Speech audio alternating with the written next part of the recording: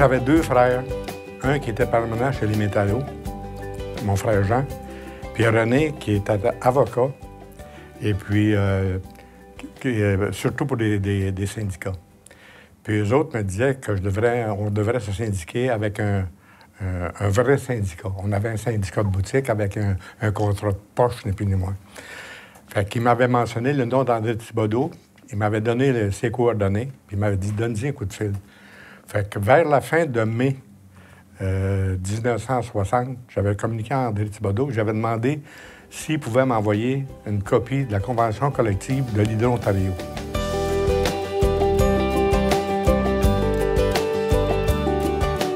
L'avant-dernier lundi de janvier 61, on a rencontré André Thibodeau à son bureau, on était trois. Il y avait celui que j'ai dit tantôt, Germain Robert, Yvon Forêt et moi.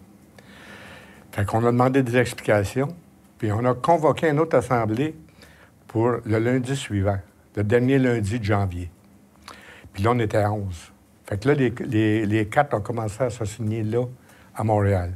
Mais parallèlement à ça, il y avait de l'organisation qui se faisait aussi à Bear-Simis, avec les employés de Bear-Simis 1, Bear-Simis 2.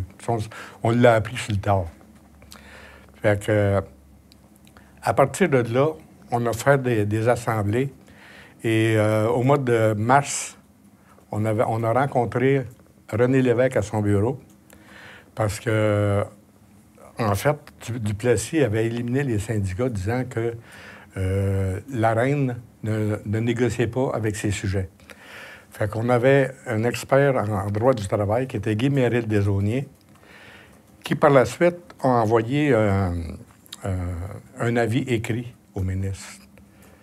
Et puis lui nous avait dit à René Lévesque de prendre notre temps, pas aller trop vite. On ne l'a pas tellement écouté, puis on est allé à la planche, si vous voulez. Et puis, à partir de là, les quatre se sont signés. Et il y a eu des dépôts d'accréditation qui ont été faits. Et le premier qui a été accrédité, c'est le 3-14, c'est Bear-Simis 1, Bear-Simis 2. Au Québec, on était quand même pas mal organisés avec le CFP, avec UNESP. Et puis, ça a continué. Puis ça s'est amélioré parce qu'il y a eu plus de membres qu'avant. Malgré que, au niveau du Québec, l'UNEP avait pratiquement pas de membres. L'UNEP était surtout dans le domaine hospitalier et municipal, surtout en Ontario et en Colombie-Britannique, et aussi dans les maritimes. Après 1961, moi, j'étais sur l'exécutif national à partir de 61 au Congrès. Et puis, à partir de là, on avait formé un comité de fusion. Je faisais partie du comité de fusion à ce moment-là. Et les syndicats, autant UNEP que UNESP, ils ont décidé de faire un congrès, chacun de leur côté, au mois de septembre 63, sur la question de la fusion. Alors, la fusion a été acceptée autant du côté UNEP que du côté UNESP, puis on s'est réunis en congrès le lendemain ou quelque chose comme ça pour approuver la fusion. En 1963, il y avait eu une première campagne pour aller essayer de s'attirer les syndiqués de la Shawinigan. Puis ça, on l'a perdu. Le CFP l'a perdu. Il n'était pas directement affilié à la CSN, mais il y avait un contrat de service avec la CSN. Et ils sont restés avec un contrat de service de la CSN.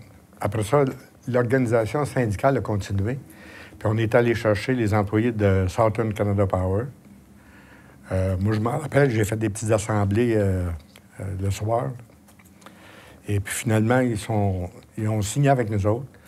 Ils ont été accrédités séparément au départ, jusqu'au vote du 30 septembre 1966. Moi, je me rappelle avoir rencontré René Lévesque à 2 reprises avec témoins. Et René Lévesque, à ce moment-là, lui, aurait favorisé la CSN. Le président de la CSN, à ce moment-là, Jean Marchand, était un de ses chums. Et je me souviens très bien que on avait une espèce de congrès ou une réunion des permanents de la FTQ à Québec. Et puis, on était dans l'ascenseur. Puis le type avec qui j'étais, son nom, je crois que c'est Jarry, qui était président du syndicat de la Commission des services électriques de la Ville de Montréal. Puis, à un moment donné, lui, il mesurait à peu près 6 pieds 4 pouces. Puis l'évêque rentre dans l'ascenseur, puis il le voit pas. Puis tout d'un coup, il se penche, puis il l'aperçoit.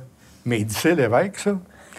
Fait que quand on est sorti de l'ascenseur, René Lévesque, il était à ce moment-là ministre de la Famille. Et il dit, écoutez, il dit, je m'en vais au Parlement. Et il dit, si vous êtes ici, au bar, autour de 10 heures, je vais aller vous retrouver. Effectivement, il est venu nous retrouver à 10 heures. Il y avait un autre ministre qui était là, que moi, je connaissais, par alliance, si vous voulez. Puis on a jasé un bon bout de temps. Et puis on l'a rencontré une autre fois, alors qu'il avait le même ministère. Et puis c'était l'après-midi, si on pouvait poser des questions. C'était à Verdun, l'ancien Fifth Avenue, le cinéma. Il y avait des émissions de télé qui étaient là l'après-midi. Fait qu'après ça, je lui demande, je dis, venez-vous prendre un café avec nous autres? Nous, après, tu sais. Ah, il dit oui. Fait qu'il y avait un restaurant juste en face. On a pris quelque chose. Puis là aussi, il a répété. Puis à ce moment-là, j'étais avec Pascal Ingenito. Pascal Ingenito, il était secrétaire, lui, du syndicat de la Commission des services électriques de Montréal. Et à ce moment-là, je me demande s'il était devenu permanent au bureau chef à Ottawa. Fait qu'on était tous les deux avec lui encore. Puis l'évêque nous avait dit la même chose, que lui, il aurait favorisé la CSN. Ça, c'en est une que je n'ai pas dit à personne. Comme les négociations de 67, ça a été les plus difficiles, parce que là, on réunissait tous les locaux, les anciens locaux de l'Hydro, tous les anciens locaux de la CSN, ou les groupes indépendants qui négociaient ensemble. Et moi, je me souviens d'être parti, par exemple, avec Claude Miro, qui était secrétaire du 2000, durant les négociations, pour aller informer les gens dans le bas du fleuve. Fait que, rendu à Rimouski, moi, j'avais un message qui m'attendait de téléphoner André Thibodeau à tel endroit. Je téléphone à André Thibodeau. Il dit, écoute, on commence les négociations. Ça, c'était au tout début de mai 67.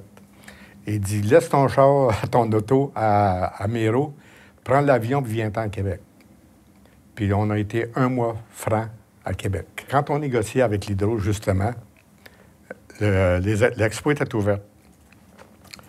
Puis, à un moment donné, on va-tu à l'expo? Parce que l'Hydro nous avait dit, on va se rencontrer, mettons, à 2 heures.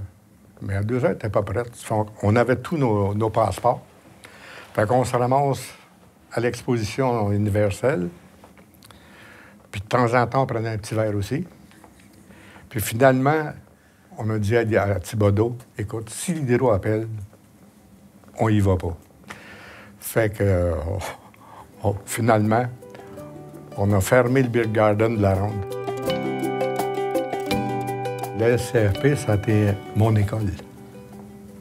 Tu sais, il m'a ouvert plein de portes. Si je n'avais pas fait de syndicat, je ne serais jamais allé au ministère du Travail. Je n'aurais jamais été commissaire du Travail.